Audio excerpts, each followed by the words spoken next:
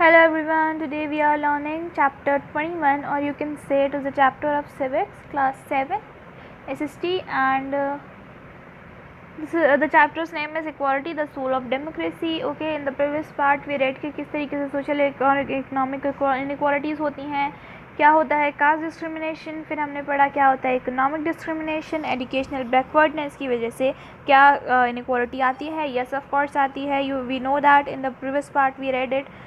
If you want, of course you must have seen that.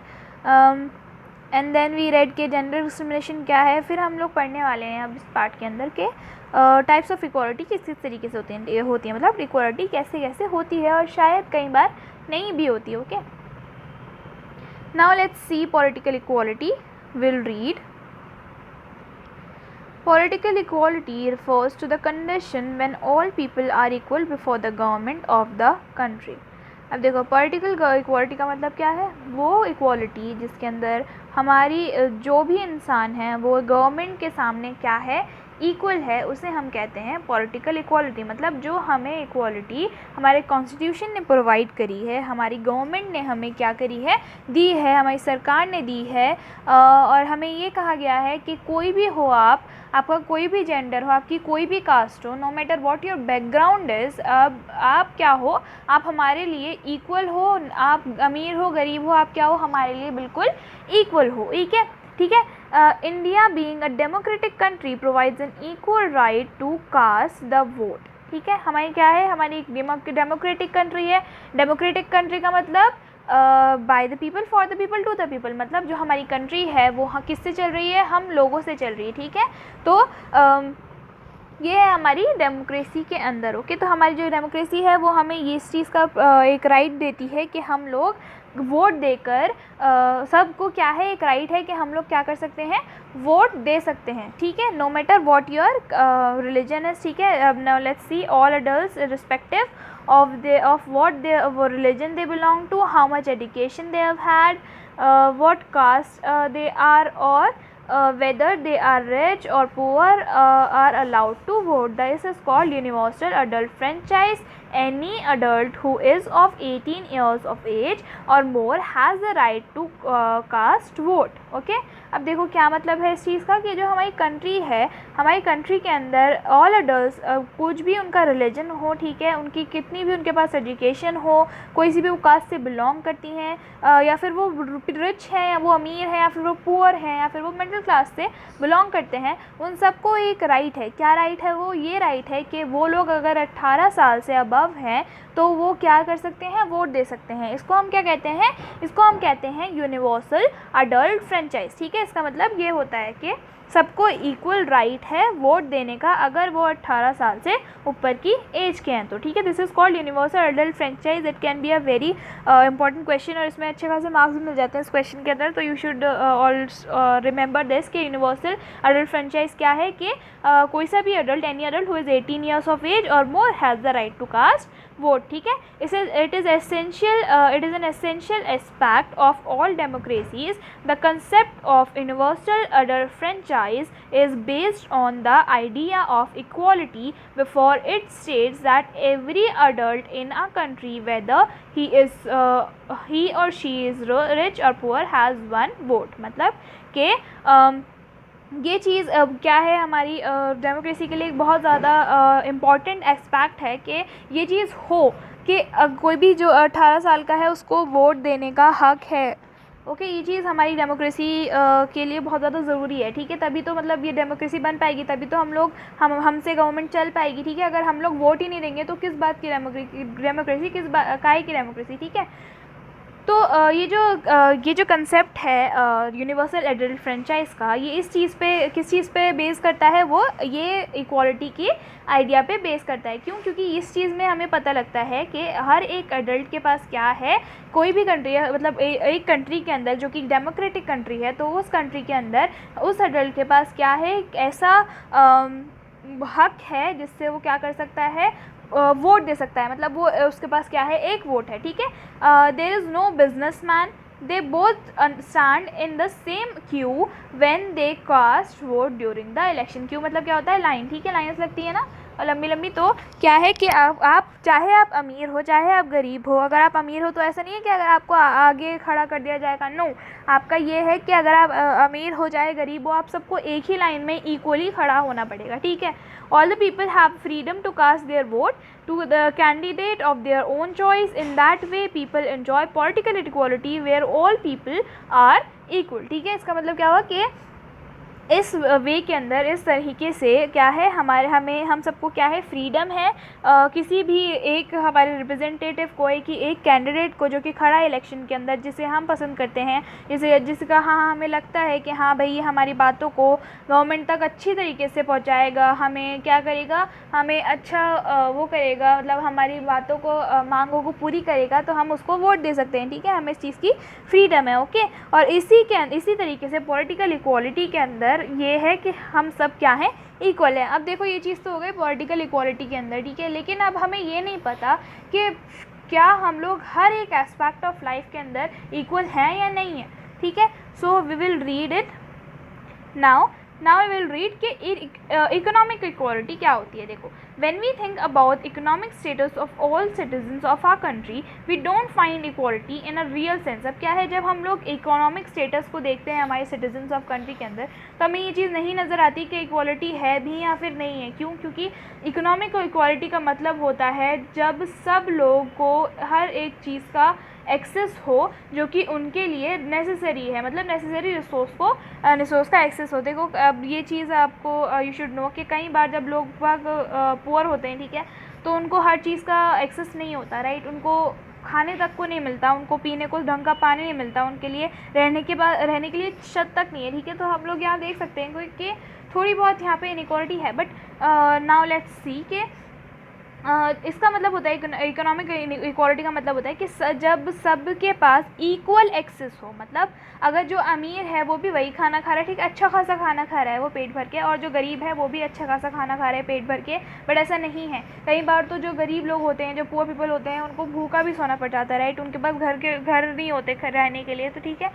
तो कई बार इसमें inequality भी होती है। तो नाउ लेट्स रीड, ठीक है। When we look around us we notice that the most of the people of our country are living below the poverty line. They don't have enough money even to fulfill their daily needs, or these people are doing meager jobs through which they earn very small income। अब देखो, जब हम लोग अब हमारे आसपास देखते हैं तो यू मस्ट नोटिस के जब हम लोग जैसे यू कैन सी के जब हम लोग रेड लाइट पे जाते हैं, जब आप लोग की गाड़ी रुकती होगी, कई बार जब रेड लाइट हो जाती है ना, तो जब हमारी गाड़ी रुकती है तो कई बार आप लोगों को बेगर्स दिखते होंगे, ठीक है। वो लोग कौन है? वो लोग वो हैं जो कि पुअर हैं, ठीक है। सो वो लोग पुअर क्यों हैं? अब हमारी कंट्री के अंदर क्या है, हम लोगों को ये चीज़ पता होनी चाहिए कि ज़्यादातर लोग किसके बिलो हैं, पॉवर्टी लाइन के नीचे हैं। मतलब इसका मतलब ये होता है कि ज़्यादातर लोग क्या हैं, गरीब हैं, ठीक है। उनके पास इनफ मनी नहीं है, ठीक है। उनकी डेली नीड्स को, मतलब 2 वक्त का खाना खाने को भी उनके पास क्या नहीं है, पैसे नहीं है, ठीक है। और वो लोग बहुत ज़्यादा मीगर जॉब्स कर रहे हैं, मतलब उनको छोटी छोटी, मतलब कुछ भी वो जॉब कर देते हैं जिससे, मतलब कोई भी काम कर लेते हैं जिससे उनको बस थोड़ा पैसा मिल जाए, जिससे क्या हो, उनका पेट भर सके, ठीक है। बहुत ज़्यादा उनको क्या है, कम इनकम मिलती है, ठीक है। They are not able to make them equal with other people of this society. For example, Sushila lives in a slum and has a drain behind her house. Her daughter is sick, but she cannot take her child to the doctor due to the lack of money. If she borrows money from her employer, finally she ends her day by again standing in a long line in an ordinary clinic. But it does not happen with the rich people because they have enough money to consult well-known private doctors. They have no need to stand in a long queue due to their better economic conditions. So economic equality is not present in a true sense. Sushila is one of the many people who lives in a democratic India who have the right to vote, but whose daily living and working conditions are far from equal. These people are illiterate by other members of the ill treated by other members of the society. Okay, अब देखो क्या है, हमारे अब एक अच्छा सा example दिया गया है जिससे हमें ये चीज़ पता लगी कि जो इकोनॉमिक इक्वालिटी होती है वो हमारे इंडिया के अंदर यू विल नॉट फाइंड, ठीक है। कैसे कि जो सुशीला है वो क्या है, वो एक स्लम एरिया में रहती है, मतलब यहाँ पे सारे गरीब लोग वगैरह रहते हैं ना, जिनके टीथ वगैरह के हाथ होते हैं, तो वो वहाँ पे रहती है, ठीक है। स्लम क्या होता है, एक ऐसा जगह, ठीक है। अब उसके पीछे क्या है, उसके घर के पीछे ही क्या है, एक बड़ा सा नाला है, जिसमें अब देखो जहाँ पे ड्रेन है, जहाँ पे नाला है, तो वहाँ पे कितनी ज़्यादा गंदगी होगी, कितने जर्म्स होंगे। अब इतने जर्म्स की वजह से उसकी जो बेटी है, उसकी बेटी क्या है, सिक है, लेकिन वो उसकी बेटी को कहाँ नहीं लेके जा सकती, डॉक्टर की नहीं लेके जा सकती, जबकि वो क्या है, बीमार है, तब भी नहीं लेके जा सकती। क्यों नहीं लेके जा सकती, क्योंकि due to the lack of money, ठीक है। क्यों, क्योंकि उसके पास इतने पैसे ही नहीं है। अब जो वो जॉब करती है, ठीक है, अब वो एक जगह जॉब करती है, काम वाली है वो, तो जॉब करती है, तो उसके जो एम्प्लॉयर हैं, मतलब जो उसको पैसे देते हैं, उनसे वो क्या कर देती है, उसके पे डे के पहले ही, मतलब जब उसको पैसे वो मिलने वाले होते हैं, उससे पहले ही वो क्या कर लेती है, पैसे ले लेती है उन लोगों से, ठीक है, बोरो कर लेती है, उधार ले लेती है, और कहती है कि मतलब एक्स्ट्रा ले रही हूँ मैं। उसके बाद क्या होता है, लेकिन तब भी जब उसके पास पैसे आ गए हैं, थोड़े बहुत ही सही है, लेकिन तब भी उसको क्या करना है, उसको उसी एक क्लिनिक की लंबी लाइन के अंदर खड़ा होना पड़ रहा है। लेकिन बड़े जो लोग हैं, जो कि रिच हैं, उनको ये चीज़ नहीं करना पड़ती। क्यों, क्योंकि दे हैव मनी, ठीक है। तो इस मनी के द्वारा वो क्या कर लेते हैं, वो प्राइवेट डॉक्टर्स को दिखाते हैं, ठीक है। लेकिन जो सुशीला है, उसको क्या करना पड़ा है, उसको लंबी लाइन में खड़ा होना पड़ा है, और उसको लंबी लाइन में खड़ा होकर जो डॉक्टर्स हैं उसको तब भी क्या करेंगे, इल ट्रीट करेंगे, ठीक है। मतलब वो लोग बहुत ज़्यादा बदतमीज़ी से बात करते हैं नॉल, ठीक है। क्यों, क्योंकि शी इज़ पुअर। तो इस तरीके से हम लोग कई बार कह सकते हैं कि जो रिच पीपल हैं उनके पास ज़्यादातर ट्रू एसेंस के अंदर क्या है, राइट्स हैं, लेकिन जो पुअर पीपल हैं उन लोगों के साथ हम लोग क्या नहीं देख सकते, इकोनॉमिक इक्वालिटी तो बिल्कुल नहीं देख सकते। इसीलिए ये जो लोग होते हैं, they are ill treated by the member society, मतलब इन लोगों को गलत तरीके से ट्रीट किया जाता है, ठीक है। So now we will see कि सोशल इक्वालिटी क्या होती है। अब देखो, सोशल इक्वालिटी होती है जब कोई भी एक इंसान है, वो किसी ऐसी कास्ट से बिलोंग करता है, ऐसे रिलीजन से बिलोंग करता है, या फिर ऐसी किसी रेस से बिलोंग करता है जो कि जिसको इक्वली ट्रीट किया जाए। लेकिन सोशल इक्वालिटी के अंदर ये भी है कि सोशल इक्वालिटी भी इकोनॉमिक इक्वालिटी की तरह ही इंडिया के अंदर इतनी इजीली फाउंड होती नहीं है, मतलब इजीली क्या है ही नहीं इंडिया के अंदर भी, ठीक है। क्योंकि इंडिया के जो लोग हैं, इंडिया की सोसाइटी है, उसको डिफरेंट कास्ट के अंदर, रिलीजन्स के अंदर क्या हुआ है, बांटा हुआ है, ठीक है। इसकी डाइवर्सिटी की वजह से कई बार सोशल इक्वालिटी हमें देखने को नहीं मिलती, ठीक है। और हर एक जो मतलब जो हिंदू रिलीजन है, मतलब वो तक 2-4 कास्ट के अंदर क्या है, डिवाइडेड है। और वो कास्ट कौन सी है, ब्राह्मण, क्षत्रिय, वैश्य एंड शूद्रा, ठीक है। जो शेड्यूल कास्ट है उनको, या फिर जो कह सकते हैं शूद्रास जो होते हैं, शूद्रास जो होते हैं, वो क्या है, वो डिस्क्रिमिनेट होते हैं, ठीक है। क्यों, क्योंकि वो काम क्या करते हैं, लो स्टैंडर्ड ऑफ वर्क है उनका। कैसे, आपको पता कि देखो जो पहले क्या हुआ कि हिस्ट्री, यू शुड नो कि हिस्ट्री, सिविक्स और geography, they are all interconnected, ठीक है। इसीलिए क्या होती हैं तीनों, हिस्ट्री, एसएसटी और ज्योग्राफी एसएसटी का एक पार्ट होती हैं, ठीक है। तो अब देखो हम लोग क्या पढ़ेंगे, इस चीज़ का हम एग्जांपल लेंगे पहले के ज़माने से। अब क्या हुआ, जैसे जैसे पॉपुलेशन बढ़ी, वैसे ही लोगों ने एक दूसरे को डिवाइड कर लिया इस बेसिस पे कि मतलब उनकी एक इमेज बन जाए, उनकी एक पहचान बन जाए, ठीक है। उन्होंने सिर्फ और सिर्फ उनको इसीलिए डिवाइड करा था। लेकिन जैसे जैसे टाइम बढ़ा, पॉपुलेशन बढ़ी, तो यहाँ पे एक एग्जांपल लिया है हिंदू रिलीजन का, ठीक है। तो हिंदू रिलीजन के अंदर क्या करा था, 4 कास्ट के अंदर बांट दिया था, ठीक है। ब्राह्मण, क्षत्रिय, वैश्य एंड शूद्र, ठीक है। तो जो अब इन ब्राह्मण, क्षत्रिय, वैश्य जो होते हैं, ये तो मान लो कि ये they are the normal caste, ठीक है, ये अपर कास्ट हैं। लेकिन जो शूद्रास हैं वो क्या है, वो शेड्यूल कास्ट के अंदर आ गई। क्यों आ गई, क्योंकि भाई उनका जो स्टैंडर्ड ऑफ वर्क है वो क्या है, लो है। अब पहले क्या होता था, पहले इन लोगों को इनके काम के थ्रू भी डिवाइड करते थे, ठीक है। ब्राह्मण जो होते थे ना, वो ज़्यादातर प्रीस्ट होते थे, जो कि पंडित वगैरह होते थे, या फिर टीचर्स होते थे, ठीक है, जिनके गुरु you can say. Then they have Kshatriya. क्षत्रिय कौन होते थे, जो वॉरियर्स होते थे, ठीक है। जो वैश्य होते थे, वो जो बिजनेसमैन वगैरह होते थे, वो वैश्य होते थे। और जो शूद्रास होते थे, वो होते थे जो कि मतलब सफाई वगैरह का काम कर रहे हैं, या फिर बहुत ज़्यादा कम जो छोटा वाला काम होता है ना, वो कर रहे हैं, ठीक है। तो पहले ये होता था कि मतलब अगर ब्राह्मण का बेटा है तो वो ब्राह्मण का वाला ही काम करेगा, वो प्रीस्ट या टीचर ही होगा। क्षत्रिय है तो वॉरियर ही बनेगा, ठीक है। मतलब क्षत्रिय मतलब जो राजपूत वगैरह होते हैं, वो सब मतलब वॉरियर्स वगैरह ही बनेंगे, या फिर रॉयल किंगडम्स के अंदर ही काम करेंगे, ठीक है। उनका ये होता था। और जो वैश्य होते थे, वो सिर्फ और सिर्फ बिजनेसमैन ही बनेंगे। और जो शूद्रा होते थे ना, अब इनके साथ डिस्क्रिमिनेशन हो जाता था। क्यों? क्योंकि इनको तो बहुत ज़्यादा लो वाले काम दिए जाते थे, ठीक है, जैसे कचरा साफ़ करना हो गया, टॉयलेट्स वगैरह साफ़ करना हो गया, या फिर यू कैन से कि हर गंदे से गंदा काम इनको दिया जाता था, ठीक है। तो इसीलिए इनके साथ क्या होता था, बहुत ज़्यादा डिस्क्रिमिनेशन होता था। अब देखो जब ये कास्ट हुई, अभी जो कास्ट थी ना ये धीरे धीरे करके बढ़ती हुई आगे आते गई, ठीक है, और ये पिछड़ गई कास्ट। क्यों? क्योंकि देखो इन लोगों को ये चीज़ थी कि ये लोग एक ही काम कर सकते हैं, ये लोग जो इनका काम है ना उससे इनकी इमेज है, ठीक है, और अगर ये लोग इस काम से हट रहे हैं तो इनको क्या करा जाएगा, they will be thrown out from the caste, ठीक है।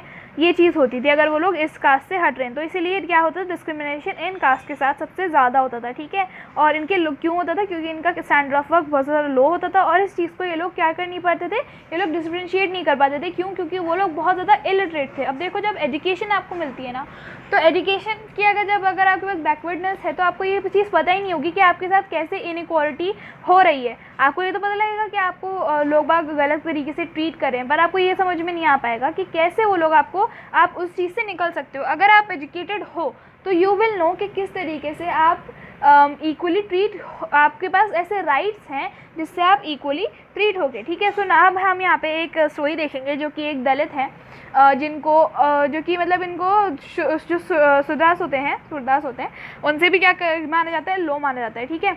मतलब जो शुद्रास होते हैं ना उनको लो माना जाता है, ठीक है। सो इनको क्या कहते हैं, इनको दलित कहा जाता है। अब दलित है, अब देखो दलित इस नाम के अंदर इन लोगों ने दलित क्यों रखा, क्योंकि दलित का मतलब होता है ब्रोकन। अब देखो इसके अंदर कितना ज़्यादा गलत बात है कि वो किसी कास्ट को, किसी इंसान को क्या बोल रहे हैं, ब्रोकन बोल रहे हैं। मतलब भाई ये तो टूटा हुआ है, इसको तो गलत ही ट्रीट करेंगे हम, ठीक है। इस चीज़ से इन लोगों को क्या करते थे, स्पेसिफाई करते थे इन लोगों का इस चीज़ से नाम लेते थे, ठीक है। तो हम लोग एक दलित के बारे में ही पढ़ेंगे कि किस तरीके से उनके साथ क्या हुआ था, स्कूल के अंदर डिस्क्रिमिनेशन हुआ था और कैसे वो उस डिस्क्रिमिनेशन से बाहर आए, ठीक है। अब जो दलित है, Dalit is a term that is so called lower caste use to address themselves. Dalit means broken and by using this word lower caste are pointing how they were and continue to be seriously discriminated against. अब देखो दलित जो हैं ये लोग खुद को कहते हैं, क्यों? क्योंकि ब्रोकन ये लोग खुद को इसलिए कहते हैं जो कास्ट वाले होते हैं, क्योंकि देखो इन लोगों को हमेशा से ही क्या करता हुआ आ रहा है, इन लोगों को हमेशा से ही बहुत ज़्यादा गलत ट्रीट करा है, ठीक है, लोगों ने। इसलिए इन लोगों ने खुद का नाम ही क्या रख दिया, ब्रोकन रख दिया है। और इस चीज़ से ये लोग क्या बताना चाह रहे हैं, इस चीज़ को ये लोग पॉइंट आउट करें कि किस तरीके से वो ट्रीट कैसे थे पहले और अभी वो उसी हालतों के अंदर हैं और वैसे ही उनको क्या करा जाता है, डिस्क्रिमिनेट करा जाता है, ठीक है। Dalit people face the problem of inequality everywhere, ठीक है, such as schools in temples, public places etcetera. Om Prakash Valmiki, who is a famous Dalit writer, has written his autobiography by the name of Juthan. In that book, he describes about the discrimination made against him by his school teachers and how he was ordered to leave the school instead of studying with other classmates. अब क्या है, एक यहाँ पे क्या होता है, Dalit people जो होते हैं ना उनको हर जगह प्रॉब्लम से का सामना करना पड़ता है, ठीक है, सिर्फ और सिर्फ इसलिए क्योंकि दे आर शुद्रास, ठीक है। तो इनको हर जगह क्या करनी पड़ती है, इनइक्वालिटी का सामना करना पड़ता है। और जैसे कि schools, temples, public places etcetera, हर जगह इनको क्या करना पड़ता है, सामना करना पड़ता है इनइक्वालिटी का। और जो ओम प्रकाश वाल्मीकि जो हैं वो एक क्या हैं, बहुत ज़्यादा एक फेमस दलित राइटर हैं, ठीक है, जिन्होंने उनकी खुद की लाइफ के ऊपर क्या रखी है, एक पोएम लिखी है। ऑटोबायोग्राफी क्या होती है, मतलब खुद की लाइफ के ऊपर जब कोई बुक लिखता है उसको ऑटोबायोग्राफी कहते हैं, ठीक है। तो उस बुक का नाम है जूथन, और उस बुक के अंदर उन्होंने बताया है कि किस तरीके से उनके साथ डिस्क्रिमिनेशन हुआ था और कैसे उनके जो स्कूल टीचर्स थे, मतलब आप यू कैन सी के मतलब स्कूल टीचर्स जिससे आप पढ़ रहे हो, आप उनसे ये एक्सपेक्ट कर रहे हो कि they will educate you, they will teach you, वो उनसे क्या करवा रहे हैं, उनको पढ़ाने की बजाय उनसे क्या करवा रहे हैं, उनके जो स्कूल है उसकी पूरी झाड़ू लगवा रहे हैं, स्वीप करवा रहे हैं, पोछा लगवा रहे हैं कि भाई तुम साफ़ करो, तुम पढ़ने लायक हो ही नहीं। मतलब बेसिकली उनको ये बोल रहे हैं दलित को। कितनी ज़्यादा डिस्क्रिमिनेशन की बात है, राइट। और वो क्या करने जाते हैं, स्कूल के अंदर पढ़ने जाते हैं ऑफकोर्स, लेकिन उनके साथ क्या हो रहा है, डिस्क्रिमिनेशन हो रहा है, ठीक है। सो उस बुक के अंदर जो ड्यूटन है उसके अंदर उन्होंने उनकी लाइफ के बारे में लिखा है। Okay, India is the land where people belonging to different religions live. ठीक है, इंडिया क्या है, एक ऐसा लैंड है जहाँ पे अलग अलग तरीके के रिलीजन के लोग रहते हैं। ठीक है, जब government before the government all the people belonging to different religions are equal, but in that field also equality is not found. The people belong to different religions want to live only with the people of the same religion. If any Hindu wants to live in a Muslim area or vice versa, they will face difficulty to mix with other religions, and think that if they will adopt the customs of other religion, then their religion will be spoilt or violated. अब देखो, India क्या है, एक ऐसा land है जहाँ पे अलग अलग रिलीजन के लोग रहते हैं। ठीक है, अगर आप एक गली में रह रहे हो, ठीक है, तो अगर आप दूसरी गली में जाओगे, या फिर कई बार ऐसा होता है कि आपके पास वाला घर ही क्या है, हिंदूज का है, लेकिन अब क्या है, इसके अंदर भी हमें इक्वालिटी नहीं मिल पा रही है। क्यों? क्योंकि इस फील्ड के अंदर जो लोग हैं अलग अलग रिलीजन्स के, अगर दूसरे रिलीजन के लोग के साथ रहना चाहते हैं तो उनको लगता है कि उनका जो धर्म है वो भ्रष्ट हो जाएगा, स्पॉइल हो जाएगा, वॉयलेट हो जाएगा, या फिर उनके दिमाग पर कोई असर हो जाएगा। ठीक है, ये चीज़ सोचते हैं। अगर कोई हिंदू मुस्लिम्स के एरिया के अंदर रहना चाहता है तो उसको ऐसा लगेगा कि भाई उसका धर्म भ्रष्ट हो गया। मुस्लिम्स हिंदूज के साथ रहना चाह रहे हैं तो वो मिक्स नहीं हो पाएंगे। ठीक है, तो मतलब उनके साथ नहीं रह पाएंगे, एकता नहीं शोप हो पाएगी, या फिर यू कैन से यूनिटी नहीं आ पाएगी, और उनको ऐसा लगेगा कि उनका धर्म भ्रष्ट हो गया। ऐसे ही वाइस वर्सा, मतलब कोई सा भी रिलीजन हो वो दूसरे रिलीजन के साथ हो ही नहीं सकता। ठीक है, मिक्स ही नहीं हो सकता। सो दिस इज इट, इस चीज़ के अंदर भी हमें इक्वालिटी नहीं मिल पा रही है। ठीक है, इंडिया के अंदर our constitution gives us the right to equality. हमारा जो कॉन्स्टिट्यूशन है वो हमें क्या देता है, right to equality, but this does not mean that inequality does not exist in our country any more. It only means that our constitution formally accepts the principle of equality. This can encourage the government from discriminating but not the society. In daily life we still find many examples of inequality. क्या है, हमारी जो constitution है वो हमारा हक देता है इक्वालिटी का, ठीक है, लेकिन इसका मतलब ये नहीं है कि इनइक्वालिटी अभी भी हमारी कंट्री के अंदर एग्जिस्ट नहीं करती. येस, इट डज़ एग्जिस्ट, और हमें अलग अलग जगहों पे हमें इनइक्वालिटी दिख जाएगी. ऑफ कोर्स सिर्फ और सिर्फ हमारी जो राइट टू इक्वालिटी है वो हमें हमारे कॉन्स्टिट्यूशन को हमें इक्वली देखने को प्रोत्साहित करती है, लेकिन जो हम लोग हैं, जो सोसाइटी है, वो अभी भी एक दूसरे को डिस्क्रिमिनेट करने में नहीं छोड़ती. ठीक है, सिर्फ और सिर्फ जो हमारी गवर्नमेंट है वो हमें डिस्क्रिमिनेट नहीं करेगी, लेकिन जो सोसाइटी है वो करेगी.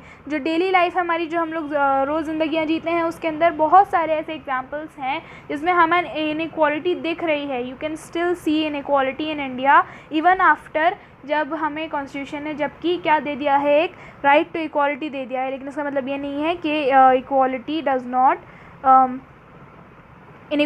Not exist any more. Okay, so now we'll read universal adult franchise. अब ये क्या है, लेट्स सी.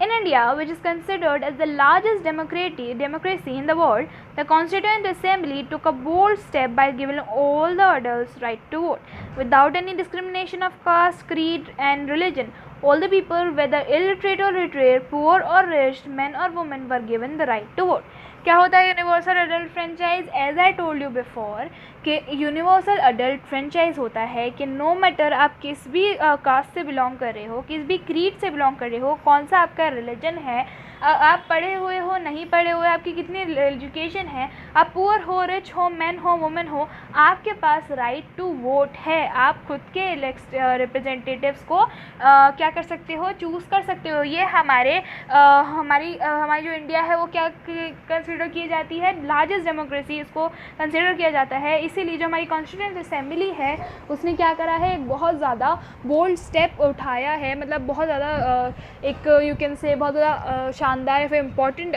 स्टेप उठाया है, जिससे हमें पता लगता है कि सब लोग जो कि 18 अबव हैं वो वोट दे सकते हैं. ठीक है, खुद के लोगों को चुन सकते हैं या फिर वो खड़े भी हो सकते हैं कई बार.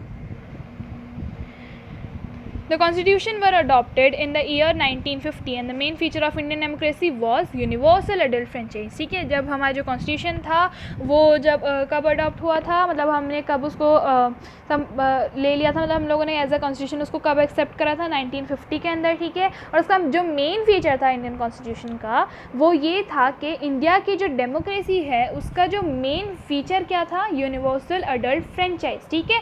द पीपल कैन एक्सरसाइज, किसका मतलब क्या था कि जो पीपल हैं वो अडल्ट सफरेज को, the people can exercise this adult suffrage और voting power while electing representatives for the government, this is called in election. अब देखो क्या होता है इसका मतलब कि जो लोग हैं वो वोट दे सकते हैं एक रिप्रेजेंटेटिव को चूज़ करके, ठीक है, किसी को भी वोट दे सकते हैं, और फिर उसको हम क्या कहते हैं, इलेक्शन कहते हैं, जब बहुत सारे कैंडिडेट्स क्या होते हैं, खड़े होते हैं और हम किसी एक को जिता देते हैं, okay.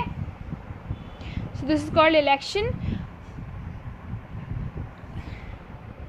So here is the very you can say easy definition to the universal adult franchise. Universal adult franchise means all adults of the age of 18 above have their the right to vote without any discrimination, ठीक है, भेदभाव के बिना उनको सबको क्या है, एक राइट टू वोट है, और वो उनके it is based on the principle of one man one vote, ठीक है। क्या मतलब है इसका कि वो किस चीज़ पे बेस्ड है कि एक इंसान है तो एक वोट है, ठीक है।